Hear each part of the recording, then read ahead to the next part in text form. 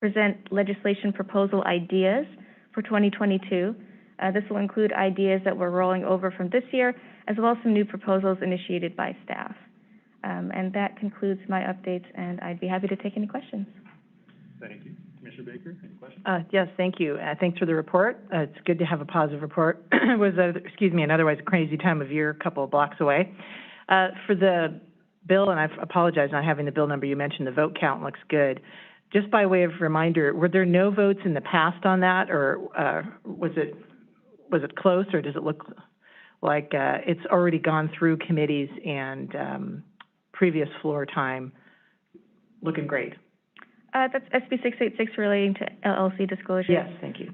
That one, we have had some no votes in the past, which is why we have been kind of sending out feelers to see what the temperature is, but it's looking positive for the Assembly. Very good. So there have been some, but if I recall correctly, it wasn't a 41 vote in the Assembly, for example, so right. that does look really good.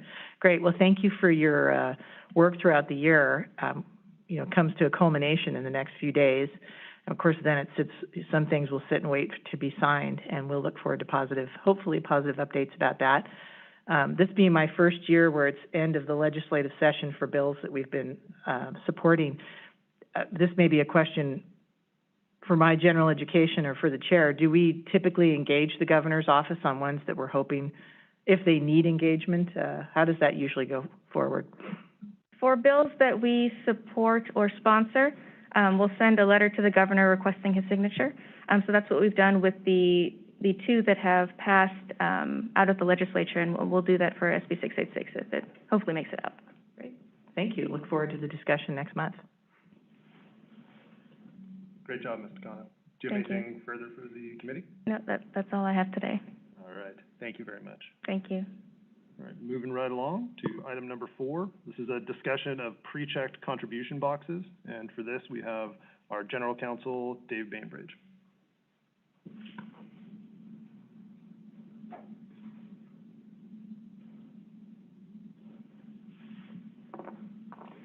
Hi, good morning. This is the issue of the pre-checked contribution boxes online, where someone goes to make a contribution and it turns out they're making a contribution every month, sometimes in perpetuity. This is an issue that came to the light of the Commission due to a couple media reports, which we've identified in our memo. I think there's been some others, but there's just a couple there in the footnotes. It's something that the FEC, Federal Elections Commission, has looked at and recommended that Congress take legislative action on. And so here at the state level, there was some legislation that stalled this year that the Commission had sponsored.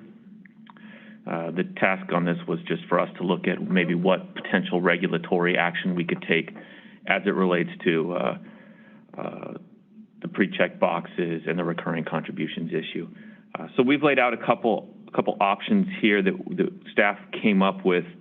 The Act doesn't regulate how contributions are solicited or received.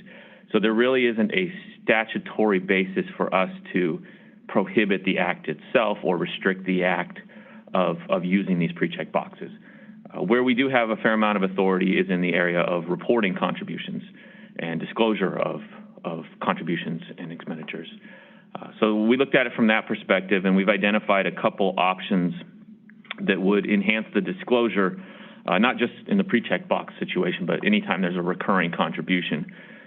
It would essentially require disclosure of the fact that there's going to be additional contributions, or that the contribution is part of a recurring contribution, so one could assume there will be additional contributions in the future. The advantage of this would be disclosure of, future contributions that have been essentially promised or expected by the committee. So you wouldn't just know who they receive money from, but who they anticipate receiving contributions from in the future. Would essentially be what the disclosure would be that we've outlined here. A couple options. The first one is reporting contributions in advance. So if a committee receives a authorization from a contributor to receive recurring contributions, the regulation could require that be noted on the campaign forms, how much they anticipate getting in the future as a result of these recurring contributions. And both of these options that we've outlined make use of existing forms and don't modify the forms in any way. just because it's very difficult to get a form modified right now with SOS, and they would be unhappy with us if we came back with something that needed forms modified. So we've tried to fit our options into what the existing forms in their fields have. So that's the first option of, if you receive a contribution that you know is going to be recurring, the committee would note that on their campaign statement. The other one would be just anytime a contribution is received as part of a recurring contribution, they would make a notation either in the name of the contributor box, or it could maybe go in the place where you report the amount of the contribution. This would give some indication that they anticipate getting additional contributions from this contributor. So both of these options provide more disclosure about recurring contributions. They don't really protect the contributor from the pre-check box situation specifically, which is what we were initially trying to get at, but they do provide a little additional disclosure and may dissuade maybe people from seeking to receive recurring contributions in this manner due to the additional reporting requirement. All right. Thank you, Mr. Bainbridge. Commissioner Baker, questions or comments from Mr. Bainbridge? Thank you for looking into it, and it's very consistent with what you had mentioned in prior meetings. I sometimes get bills, especially when we're looking at two at the same time. The egregious contribution in this one, I sometimes get the bill numbers mixed up. So I understand it's totally consistent with what even your good gut instinct that you gave us earlier this summer. I appreciate that. I can't say that either of the two options that you've presented are particularly appealing. Because of what you emphasized towards the end, which is they don't really protect the contributor, the donor, in the ways that we have mentioned is the most important thing about this. And in fact, I would be concerned that if we tried to ask for disclosure of what's going to be potentially recurring, not only do you open up, again, a whole nother set of fees and fines that a good intended person might get wrong when they misstep, but a weapon that other political actors may use that take us outside of what we would want to accomplish. That's my gut instinct from looking at this to begin with. It may lead me to a question for Ms. Nakano, actually, where we last left the issue of recurring contributions with, I think since our last commission meeting, which was just a few weeks ago, the idea was it was going to be a 2-year bill. I don't know that you'd have any updates after that, because typically when a legislator decides a 2-year bill, they're turned off and they're focused on finishing the session. But do you have anything to add? And also, what would be our plans for beginning to engage the authors very early in the fall for what additional changes they may take to that bill? Thank you for the question. I don't have any updates on where that is now. It's kind of been put on hold while we wrap up this session. But the intent of the author, as I understand it, is to take it up very early next year. So we would engage them probably starting, if not the end of this month, the next month, about how we can move forward and engage with stakeholders and some of the opposition that came up. Great. So that's the plan, and I think that's how we'll move forward. And if I may, that may provide us, I think in one of our very first meetings, could have been law and policy on this subject. We went into quite a bit of detail about some potential changes. Maybe that gives us a little bit more time to work those out and either change our minds or change theirs and come up with a good solution. So thank you for looking into this. Sometimes it's disappointing to find that you don't have statutory authority to do what you want to do. But that's our good separation of powers. Thank you. Yeah, I could not agree more. I think I appreciate the effort, Mr. Bainbridge, and staff's creativity in looking at this issue. But I think the options that are presented could create unnecessary traps for folks without really providing a solution to the problem that we initially identified. And so I think our efforts in this area are really going to lie with Ms. Nakano and the legislative proposal. So, thank you. Any public comment on this item? Hearing and seeing none, we'll proceed to item 5, our last item, and that is discussion of items for our October committee meeting. I know, Ms. Nakano, you talked about coming back to us with some initial concepts for our 2022 legislative program, so that's certainly going to be on our list.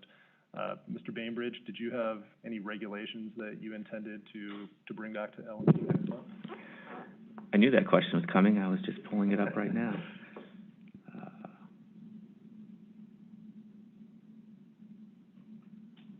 I vaguely recall a discussion about the lobbying reporting one coming back. Yeah, I'm pulling up our calendar here that we've updated on the website. For October, the behested payment reporting regulations will be up for adoption. So I think keeping with our normal pattern, the committee may want to hear those in October. Yes. Those are the only ones that are up for adoption in October, and that'll be both sets of behested payment reporting, both the donor advised funds and then the prior group of behested payment regulations that we heard a couple months ago for pre-notice. So I think those would be the ones for the October law and policy meeting. Okay. Does that mean that lobbying reporting would come back in November then? Yeah, that's slated to go up before the commission in November for adoption, so. Okay. Commissioner Baker, anything that you'd like to add to next month's LNP agenda? Yes, this actually may be more of a follow-up. Both of these are, again, educating still relatively new commission member. When the behest payment ones come up for adoption, is that an opportunity, should the full commission decide, we want to change something in there, would we do it at that meeting and so we could adopt it? It wouldn't require an additional comment period or, so a little bit of rudimentary reminder on that, please. Yeah, that's correct. We can do it at the meeting. We prefer to do it in advance so we have draft language that everyone can look at. It's pretty hard to do the amendments orally while we're sitting in a meeting. So I think if there are suggestions, say the committee comes back with that we would like to see these changes, we would provide options. So we could have two drafts of a regulation. This is what we originally proposed. This is what the committee has recommended with this different language, so that I think it just goes more smoothly if we have it in writing. But we do sometimes decide we want to change this, we want to change this sentence, and we can do it orally at the meeting as long as the commission makes a motion adopting that version. But always easier to do it if we have it on paper in advance. Great, thank you. And the only other one is, we've gotten a preview of it, that the October meeting is where Ms. Nakano is going to present some ideas for us. Do we, is the step usually after that we're going to authorize or give feedback on what bills would happen, but it's not the only time to come up with ideas for it? Right. So Ms. Nakano, the way the legislative program tends to work is internally staff has ideas that they've generated throughout the year. Think of it like cleanup legislation with respect to the act. We have our existing agenda, which, some bills like AB 775 is a great example, right? Like, so we know that's a 2-year bill that will, unless there's not votes for it, that would be part of our legislative program for next year. And so Ms. Nakano presents kind of a tentative list of concepts, and then we have the opportunity to add to that or give feedback to that here in LNP. And then, of course, the full commission has the same opportunity. And then in November, Ms. Nakano comes back with a more finalized version of the list. So there are a couple opportunities for commissioners to put out their ideas as well. Thank you. I appreciate the both refresher and going through the process for the first time. It'll be good to do. Thank you. All right. Anything further before we adjourn?